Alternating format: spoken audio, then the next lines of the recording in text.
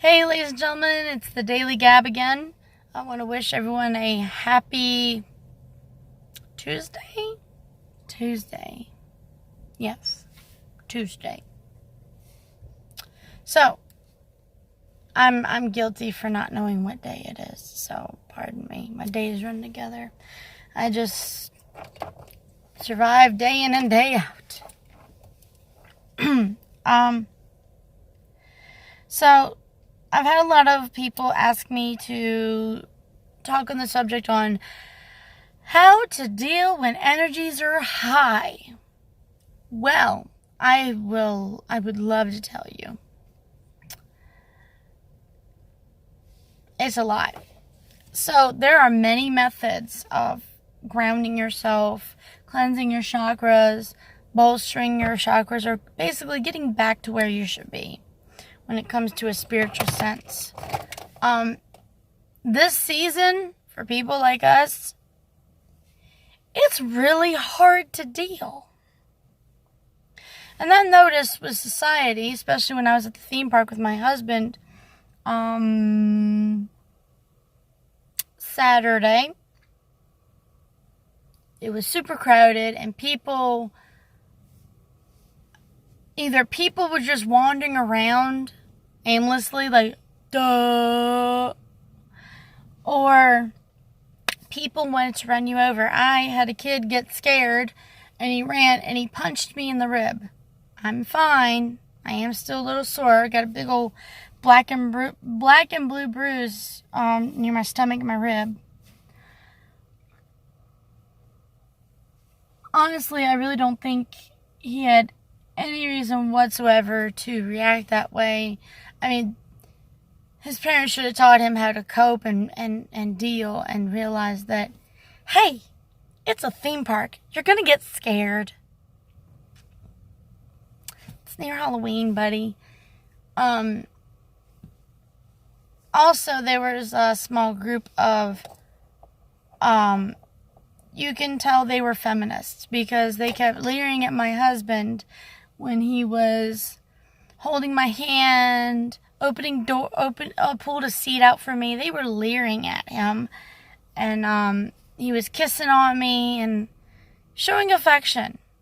You know, he wasn't like shoving his tongue down my throat, but a kiss on my cheek. He was brushing my hair out of my face, and a little playful pat on the butt, I like it. And when it came time for him to get on the tram, they purposely put their bags where I was going to sit so he didn't have room. So we got kicked off the tram because they wanted to start a problem. And I kind of would like to address something of that nature too, about people and their views and their differences. So first, let's talk about the first question that was given to me. The first question is, how do you deal? Well, you got to constantly kind of like work on yourself, focus on yourself, reserve your energy, pick and choose your battles. Because after a while,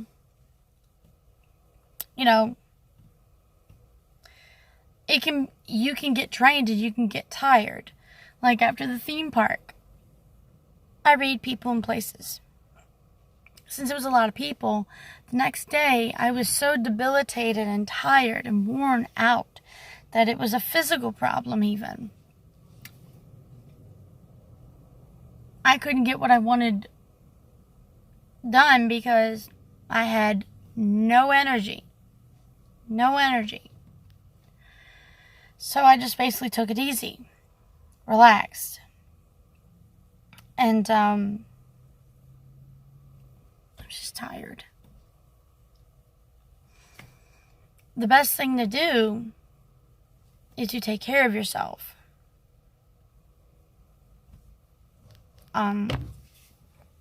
There is meditation.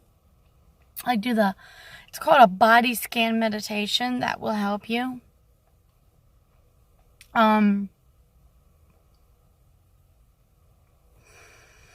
There's also the sitting outside and being barefoot outside, that will ground you. Walking barefoot on the ground, that will ground you. There is also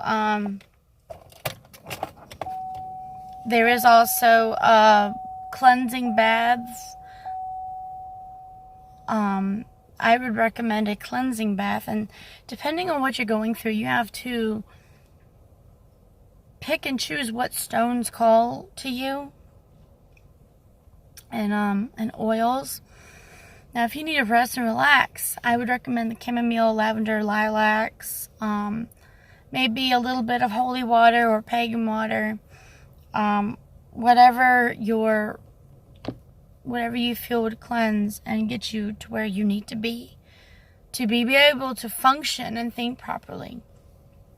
I am a firm advocate of cleansing baths. I love it. It works well for me. I pamper myself. I take time with myself, and I have nothing to regret at all. Whereas if I were to walk barefoot outside with my luck, I'll step in dog crap. So there are many different ways. I also do the meditation, or basically a sweat bath. Sweat bath will clean your pores and basically get rid of, detoxify your body. You add salt in this, in the bath, and it detoxifies your body. It doesn't hurt to look it up or ask your local witch or light worker or yogi or whatever on advice on this matter. Be like, hey, I need to make a magic shop run. I need you to come with me. You know more about this. Make it an all-day thing, and plus, they'll probably heal you as well. Just being around those folks, it's healing. It really is. Lucky for me, I live with two. I live with a healing empath and a green witch. Me, I am a me. A me. There is no specific classification for me. I'm a psychometrist. Some people call me a witch. Some people call me a light worker. I like to be able to know a lot of little different things, so that I don't fly blind into something and realize, oh, wait, this is the wrong thing I'm dealing with. I need to fix this. This is a spirit, or this is a spiritually sick person, or a mentally ill person, or this person, or something. You know, I like to be able to know how to address things in different angles. You know, I don't want to come at a situation specifically only one way of knowing how to deal with it. There has to be more than one way of dealing with one thing, more than many things, because, hey, bad juju is like a cockroach infestation. If you do it one way, it may very well already be immune to it. So if you come at it in different angles with many different things, it may very well get rid of it. So that's a good lesson too. It doesn't hurt to have different views on a matter. So if you have a room full of, let's say, light workers, witches, and spiritual practitioners, yogis, Buddhists, whatever, Reiki masters, you bring them people in a bad juju house, and they will tell you all different ways, but they all will come into a different consensus and come up with one big thing. Each and every one of them will come up with a role where they will be best suited. Yes, it is spiritual warfare. What we're dealing with every day on a daily basis, especially on October when the veil is thinning all the way to the very core, I guess, brink of it, which would be the second or last week of October. So you can feel it building and building and building and building and building until finally it busts open and gives. And you have to, you can't restrict yourself when it comes to your spiritual path, because if you do, you're going to miss out on something. Keep your mind open, but keep your path firm. Meaning, let me reiterate, keep your mind open to many different possibilities, but listen to what you feel is right. You have to listen to what you feel is right. Your inner self, your higher self of being, is not going to steer you wrong. You just have to fine-tune the BS away and then listen to yourself very carefully. You got to go with your gut instinct, because usually that instinct, that little voice in your mind, or that little feeling you get, that's your spiritual self speaking to you, telling you, hey, I really don't think it's a good idea to play with this Ouija board. Let's just step away from it or leave the house. Or better yet, hey, it would be really nice if you just, put the tarot cards down a little while and just give it a break. Be nice to yourself. Be kind to yourself. Or that little voice in your head that says, hey, that person acting and treating you this way, you're not the problem, it's them. They're struggling and they're hurting. Just don't take it personally. Listen to yourself. You have to. You, of all people, should very well be kind to yourself.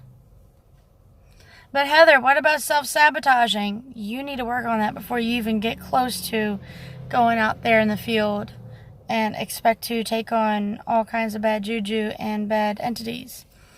You need to work on yourself before you start taking on tasks that you feel that spirit and the powers that be appoint to you. Because if you don't, you're gonna hurt. You're gonna get hurt. And there are some people that basically push themselves through the darkness. They feel like, oh, I'm a light worker, and they really haven't really worked on themselves. You cannot take on other people's problems and pain. You can, if you were not trained properly to know how to purge it, cleanse yourself, and take care of yourself, you're building yourself up for a complete and utter destruction of yourself. And bad luck, and bad juju. And let me tell you, the darkness, evil, bad entities, they love that. And they will find any point they can to get to you. Even of the best yogis I know, and best shamans I know, have had this happen. But it took them a long time to basically just pull themselves from the light, cleanse themselves, get their life in order and themselves in order so they can go back out and be of service to humanity. Now, I'm not saying people are immune to it. Some of the best high priestesses I know are not immune. And I have had the privilege and the honor to be taught by some pretty outstanding people. But even they are not immune to bad forces. Even they are not immune. I mean, after a while, once you pour from a pitcher, what's going to happen? Eventually, that pitcher's going to run out. And you can't pour from an empty pitcher. Like that saying I said like a few weeks ago, you can't pour from an empty cup. What are you going to give them? Nothing. And if you feel like you should be given the best, you should give the best out.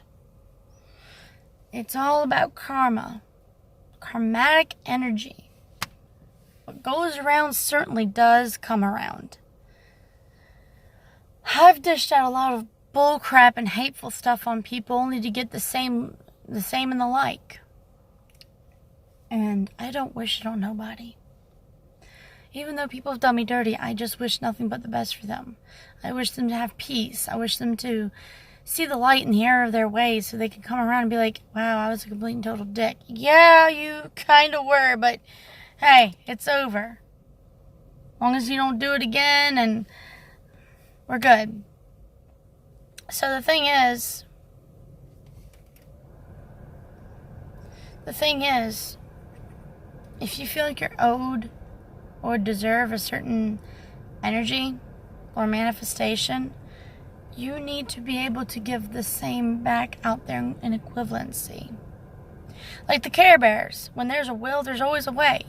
If you will it hard enough, there will be a way for it to come and be manifested. Be manifested with it.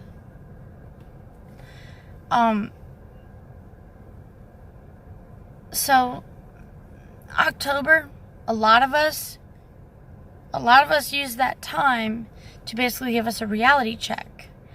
And when that happens, we pretty much are able to,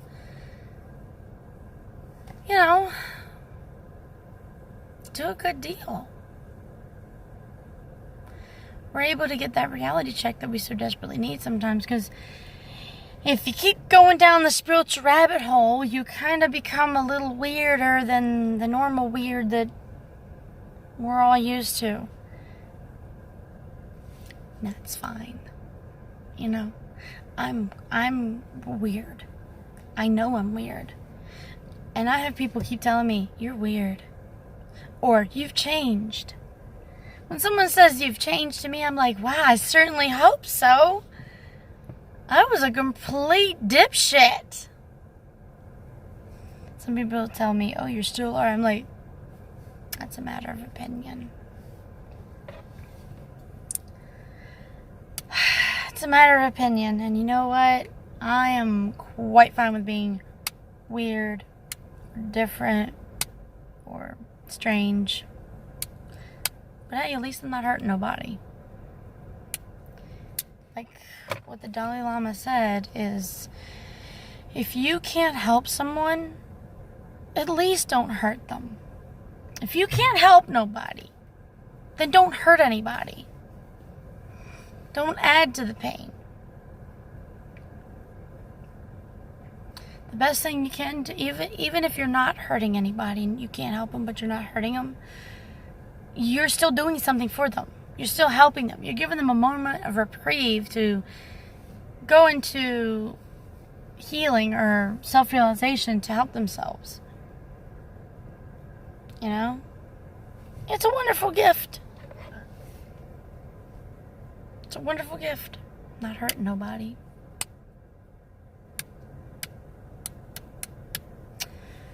I wish everyone else understood that. Now let me brush up on something. I know I made a mention of it. It's about feminism. I've had quite a few people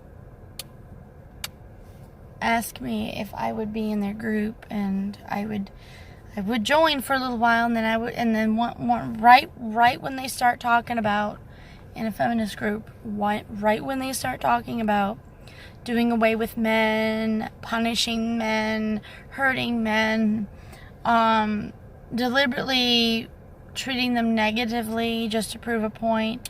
Well, you know what? I'm not going to be no part of that, because I believe that in a mental and spiritual and emotional sense,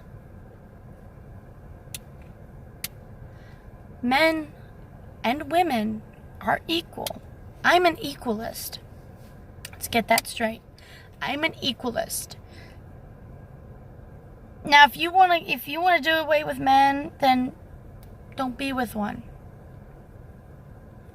Simple as that. I treat my man like I would want to be treated. When I tell him he looks really beautiful today, I may not refer to him physically, because physically he's quite hot to me. When I say he's beautiful, it's his personality, his way about him, his personality, his attitude. It's beautiful. His spirit, it's beautiful. Every man and woman deserves to be complimented. Every man and woman deserves praise. Every man and woman deserves respect. Every man and woman deserves the same as anybody else would want. So, I do not advocate treating anybody like crap. No matter your gender, your race, your religion, your way of life. If you are not hurting anybody, and if you're not deliberately getting thrills out of being a total asshole, if you are just a horrible person, I don't really want nothing to do with you. I will remain civil and kind to you, but I'm not going to really trust you. I am the first person to give everyone respect and to treat them how I would want to be treated. The golden rule. Treat others as you would have others do unto others as you would have others do unto you. I'm not going to sit here and judge anybody of anything. But if it's causing pain or harm to other people, then by God, nope, I'm going to have something to say about it. I don't advocate. And I do not support feminism.